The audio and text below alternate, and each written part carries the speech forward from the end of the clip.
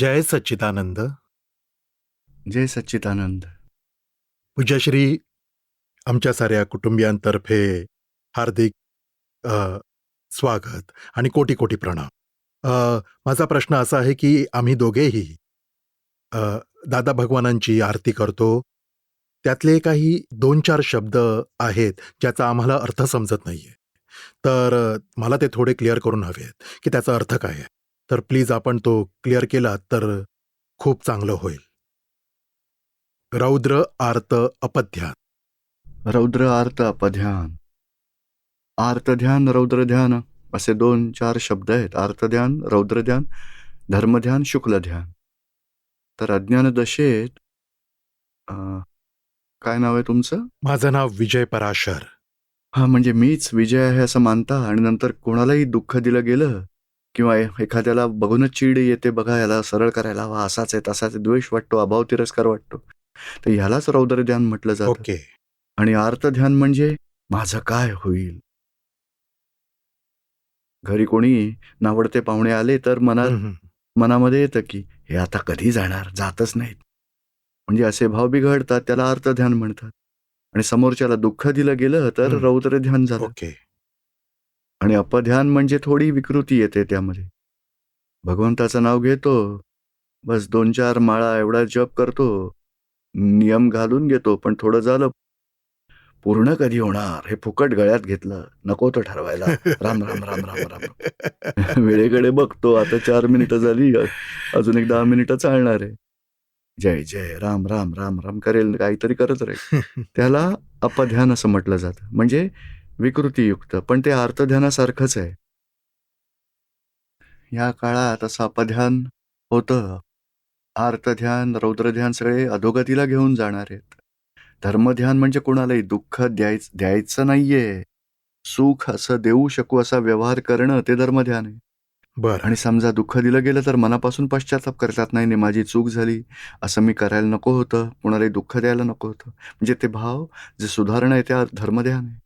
आणि मी शुद्धात्मा आहे, विजय जर वेगळा आहे, त्याला शुक्लध्यान म्हटलं जातं. हो. पुढे आहे आधी आरती दादांची त्रिविध तापटळे. त्रिविध म्हणजे आधी, व्याधी, उपाधी हे 3 प्रकारचं तप म्हटलं जातं. आधी म्हणजे मानसिक दुःख, व्याधी म्हणजे शारीरिक दुःख, उपाधी म्हणजे बाहेरून आलेलं दुःख. म्हणजे 3ही प्रकारची दुःख मिटून जातात. दादाजींची आत्म्याची आरती असते ना, स्वतःमधल्या सेल्फची भक्ती केल्यामुळे सांसारिक दुःखांचं निवारण होतं. थँक्यू. Very good. दुसरी आरती दादांची केवल दर्शन करे. केवल दर्शन म्हणजे आता हे जे प्रकट आहे, भक्ती करतोय प्रकटची, म्हणजे आपल्याला काय प्राप्त होईल त्या भावनेविषयी लिहिलंय यामध्ये. केवल दर्शन म्हणजे मी शुद्धात्मा आहे, त्याला सम्यक दर्शन म्हणतात. आणि ॲब्सोल्यूट पर्यंत पोचलो की या संसारात मी करता नाहीये, केवळ आत्मा आहे. जे काही घडतंय जगत कल्याणासाठी किंवा अकल्याणासाठी, मी काहीही करत नाहीये त्यात. म्हणजे विजय जे काही करतोय ते व्यवस्थेच्या अधीन होत आहे. मी शुद्धात्मा आहे, ते केवळ दर्शन म्हणजे क्षायक समकित. बरोबर. तर ते आपल्याला प्राप्त झालंय. जगाचं असं हो काही न हो, त्या क्रियांमध्ये मी अकर्ता राहावं, ती दशा मला मिळाली. पण पोषाय ना पोषाय क्रियामा अकर्ता, याचा अर्थ म्हणजे जगाचं कोणाचं आपण सत्संगात येता, कोणी लोक म्हणतील खूप छान केलं, जाता का तुम्ही? कोणी म्हणतील फुकट वेळ वाया घाला. म्हणजे कोणाला आवडलं नाही म्हणून निगेटिव्ह बोलतील, कोणी पॉझिटिव्ह बोलेल. पण आपण आता आपलं सुद्धा विजय जे काय करतोय ते डिस्चार्ज कर्म आहे. आपण थांबवू नाही शकत. पण कोणाचं पोषण हो किंवा कोणाचं होऊ नये, यात विजयच्या कोणत्याही कार्यात मी करता नाही, मी शुद्धात्मा आहे. ओके. आणि त्रिजी आरती दादांनी केवल ज्ञान पामे. स्वसंवेदन शक्ती ब्रह्मांड प्रकाशे स्वयं. म्हणजे आता ही भक्ती आराधना करत करत आवरण तुटतील, मग ॲब्सोल्यूट स्टेज पर्यंत पोहोचाल, निरालंब. Very good. आणि नंतर मग सगळी आवरण तुटतील, मग सगळं ब्रह्मांड प्रकाशमान होऊन जाईल, असं आत्मज्ञान आहे. म्हणजे ज्ञानशक्ती प्रकट होईल. जय सच्चिदानंद. चौथी आरती दादांची अदीठ तप करे. हो, आता हे ज्ञान मिळालंय तर अदीठ तप म्हणजे अंतरतप. आता जे काही होत आहे चांगलं आहे अथवा वाईट, फाईल 1चा आहे, समभावाने निकाल करा. म्हणजे अंतरतप म्हणजे तन्मयाकार होऊ नाही द्यायचं. प्रकृतीच्या कोणत्याही कार्यात, चांगल्या किंवा वाईट, वेगळं राहण्याचा पुरुषार्थ ते तप आहे. अंतरतप केल्यामुळे आवरणं गळून पडतात. ओके. ओके. अ, अदिठ तप, अज्ञान ज्ञान भिन्न भेदी स्वचरित्र लहे. या अज्ञानतेमुळे उत्पन्न झालेलं हे मन वचन काया त्या भावनांचा समभावाने निकाल करतो. म्हणजे त्याला हा विजय जे काही करतो त्याला ज्ञेय स्वरूपात बघा. आपण ज्ञाता राहा ज्ञातापदात. त्याला स्वचरित्र म्हणतात. बरं, बरं. स्वचरित्र म्हणजे आत्मरूप राहून पाईल वनला वेगळं बघणं, समजणं. हां, हां. म्हणजे स्वचरित्र तपातून स्वचारित्र्यापर्यंत पोहोचाल. हां. तप पूर्ण झालं, त्याचं फळ स्वचारित्र प्रकट होईल. आत्मचारित्र्य. आत्मचरित्र म्हणजे विजय काय करतो आहे, त्याचं मन काय करताय, वाणी काय, वर्तन काय, सगळं बघणं, जाणणं ते स्वचरित्र आहे. Very good. And the last तीर्थंकर पद पंचमी आरती दादांची कल्याण भाव भावे तीर्थंकर पद पामे. ही तर भावना आहे बरोबर आहे. की या ज्ञानींच्या आराधनेमुळेच तीर्थंकर पदापर्यंत बीज पेरली जातील, प्राप्ती होईल. हां, हां. अशी व्यक्त होणारी भावना आहे. म्हणून अमिदृष्टी तरण तारण मीन्स दादा भगवान का? दादाजींची कृपा दृष्टी राहावी कायम स्वरूपी. थँक्यू जय पूज्य सच्चिदानंद. श्रीजी. महेंद्र नैश्विल. हो महेंद्र. अ, खरं तर कित्येकदा मला असं वाटतं की जे मौन बाळगतात ते पॉवरफुल असतात का तो त्यांचा कमकुवतपणा असतो. कित्येकदा माणूस असा विचार करतो की जर मी त्या माणसाला उत्तर दिलं असतं तर बरं झालं असतं. कित्येकदा असं होतं की मी त्याला काही बोललो म्हणून पुन्हा तो तेच करतो आणि त्यामुळे तो मला कमकुवत समजतो. म्हणून हे कन्फ्युजन असतं की माणसाने मौन बाळगायला हवं, शांत राहायला हवं का त्याने बोलायला हवं. काय होत आहे ते बघा. काही कधी इच्छा नसताना बोललं जातं. कित्येकदा इच्छा असते की बोलावं, बोलायचं आहे तरी शब्द नाही फुटत. म्हणजे खरोखर बोलणं आपल्या नियंत्रणात नाहीये. बोलणं हे परसत्तेत आहे, त्यावर दुसरा उपाय आहे. बघा त्या ताईंनी नाही का सांगितलं की कोणाशी तरी बोलायचं आहे, ज्याच्याबरोबर खूप रागद्वेष आहे, त्याच्याबरोबर बोलण्याआधी प्रार्थना करून बोलायला सुरुवात करा. हे दादा भगवान यांच्या मनाचं समाधान व्हावं, अशी वाणी बोलण्याची शक्ती द्यावी.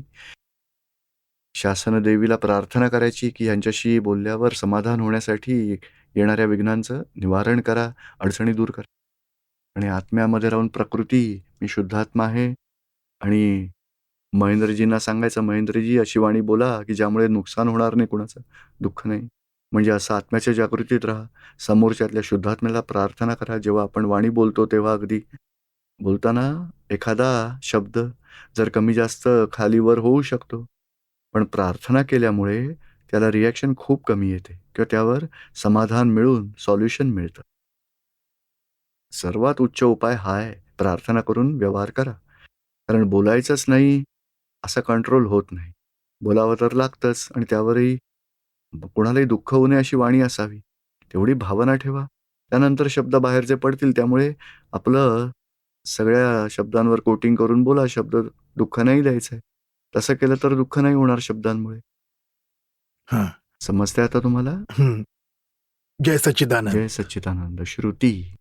जय सच्चिदानंद पूज्यश्री. मी ज्ञान घेतलंय 2 वर्ष झाली, पण मला सतत भय वाटत राहतं. कित्येकदा आणि मला स्वतःचेच खूप दोष दिसतात जुन्या गोष्टी आठवून आणि चरणविधी रोज करते, पण तरी आतल्या आत जे आर्त ध्यान होते, त्यामुळे माझ्या मनावर फारच ओझं होतं. म्हणून त्यावर मला आपल्याकडून उपाय कोणत्या गोष्टीचं भय वाटतं?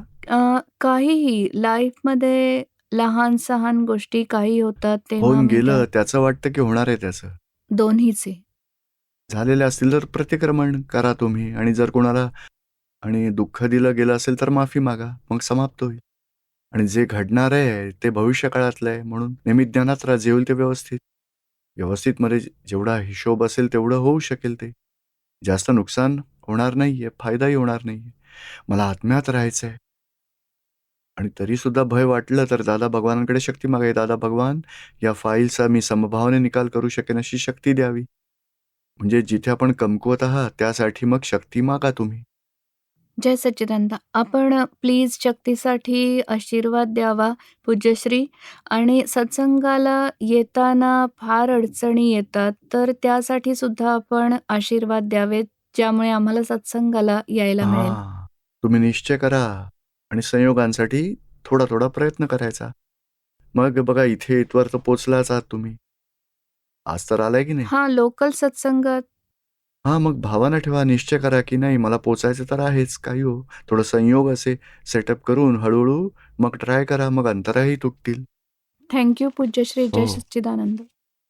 रीटा शर्मा.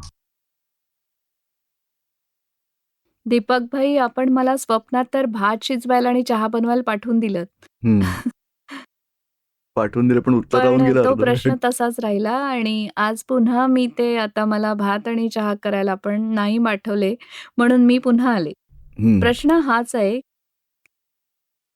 पुन्हा, की दादा भगवानांनी आप्तवाणीमध्ये जिथे सेल्फ रिअलायझेशनचा अ, अर्थ जो समजावलाय, त्यांनी म्हटलंय, की मला सेल्फ रिअलाईज त्यांना स्वतःला जे रिअलायझेशन झालं आहे, गॉड मॅनिफेस्ट झाले किंवा जे अ, अ, मराठीत काय म्हणायचं सेल्फ रिअलायझेशनला? हां, आत्मसाक्षात्कार. आत्मसाक्षात्कार जो त्यांना झाला होता, तो त्यांना पूर्ण आत्मसाक्षात्कार झाला होता.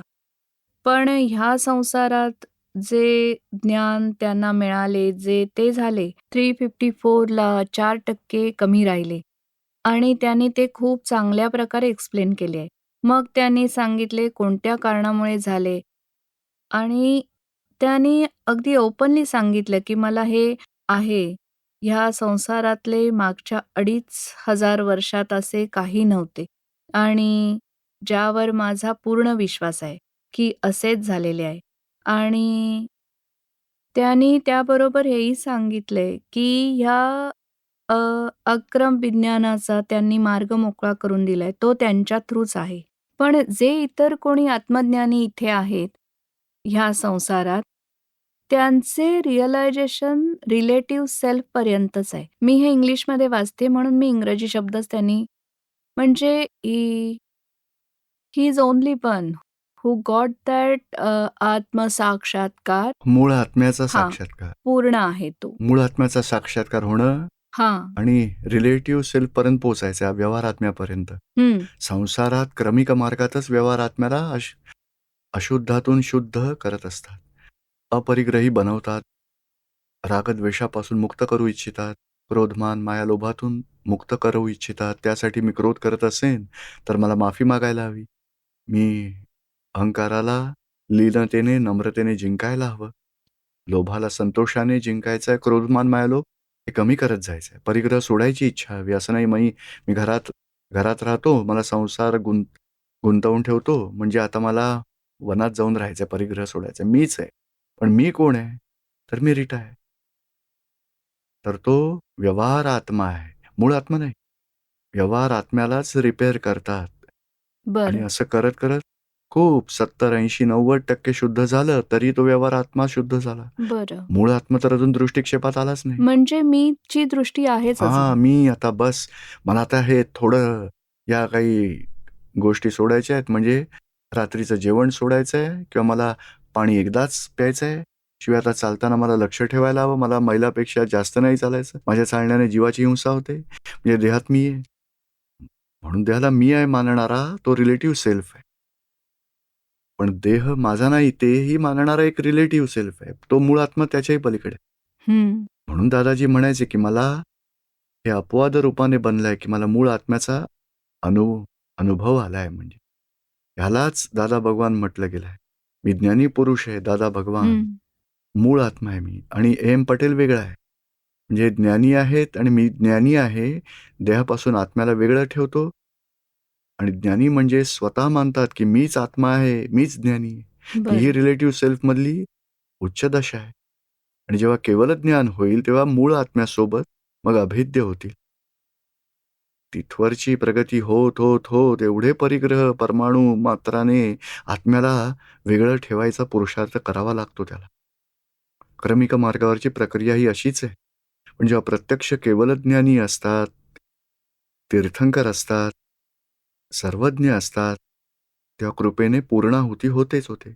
पण ह्या काळामध्ये भगवान महावीरानंतर हा 5वा आरा आला आहे. आता कोणी प्रत्यक्ष नाही दशेतले त्या. हं, हं. आता दादाजींना ते लाभलंय.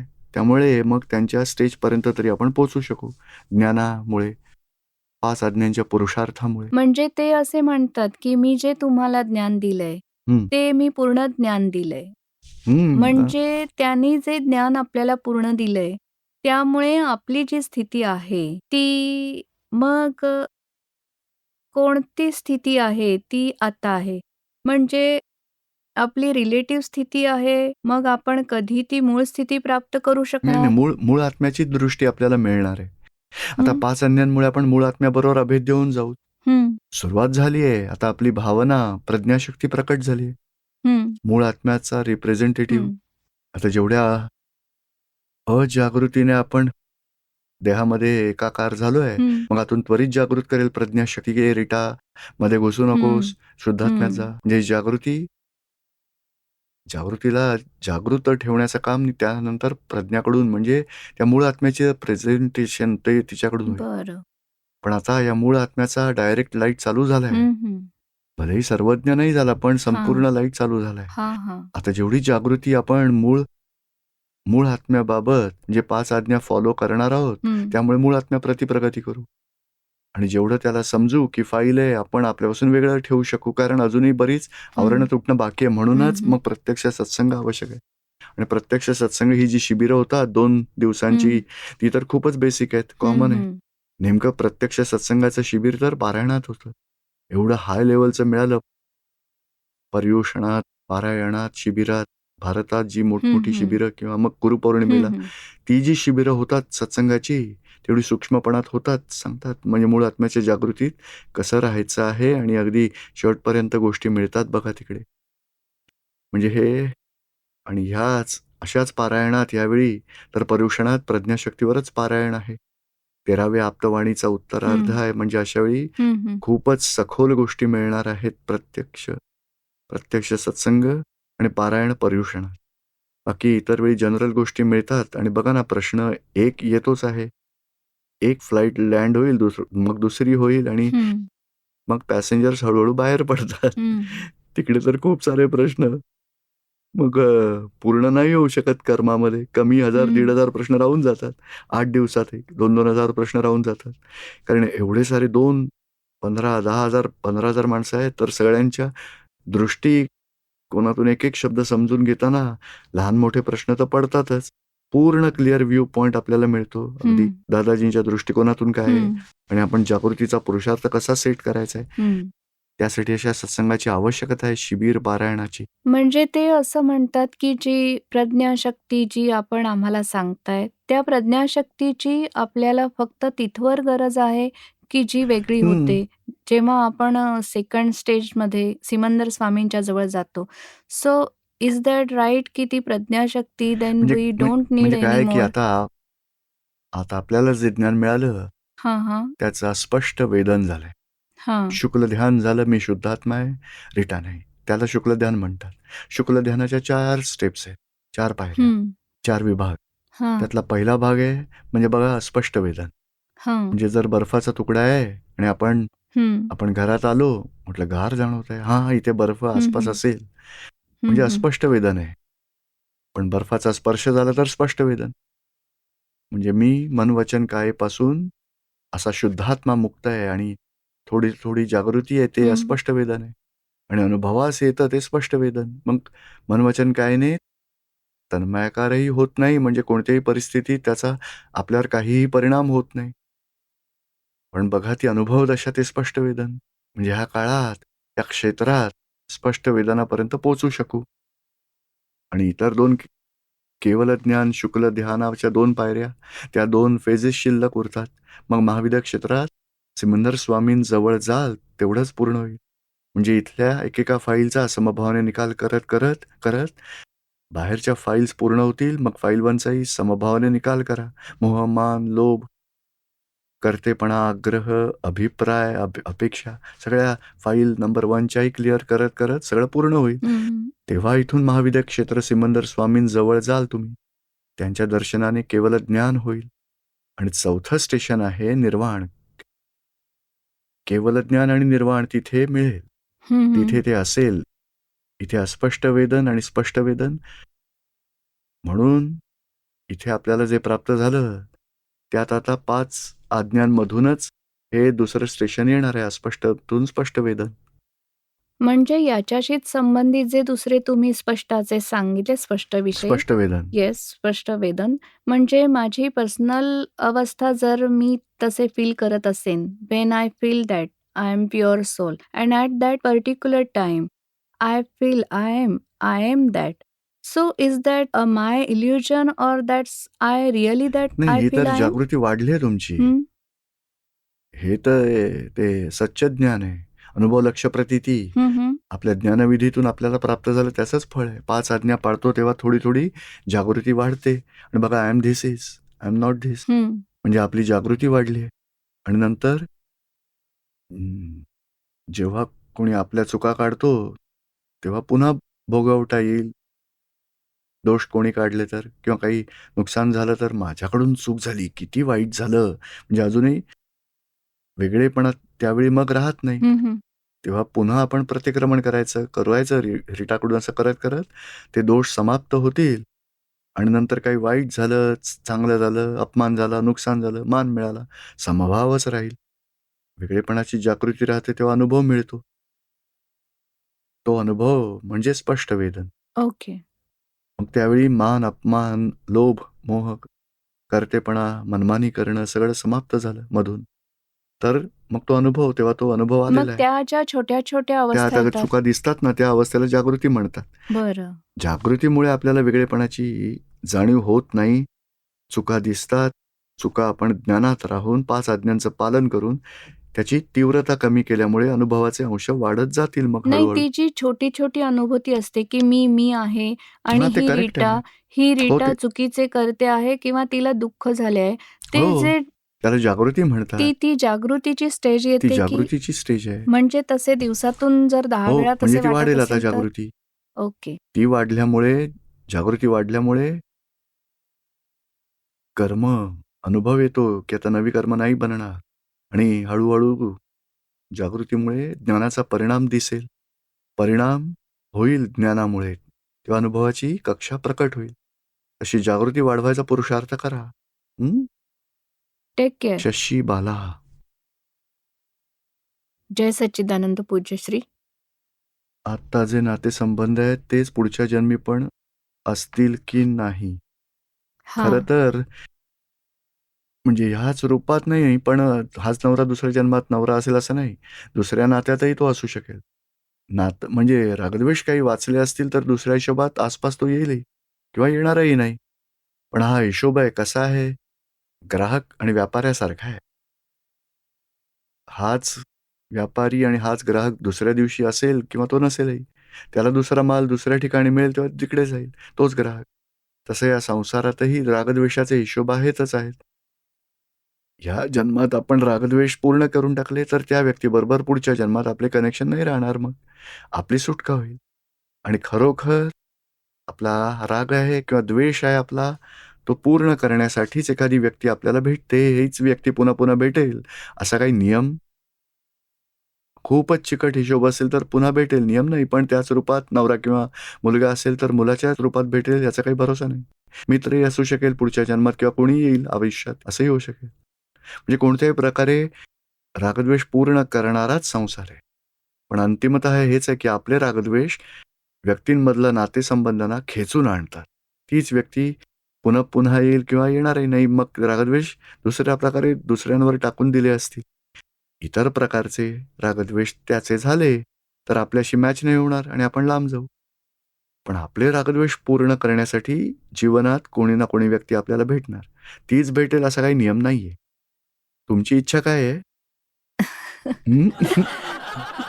माझी तर मोक्षाची इच्छा आहे आणि काय. हां, मग बास तर. मग ही व्यक्ती लांब जाईल. जेवढ्या फाईल्स तुम्ही समभावाने निकाल करत जाल, तुमचे रागद्वेष त्या व्यक्तीबाबत समाप्त होत जातील.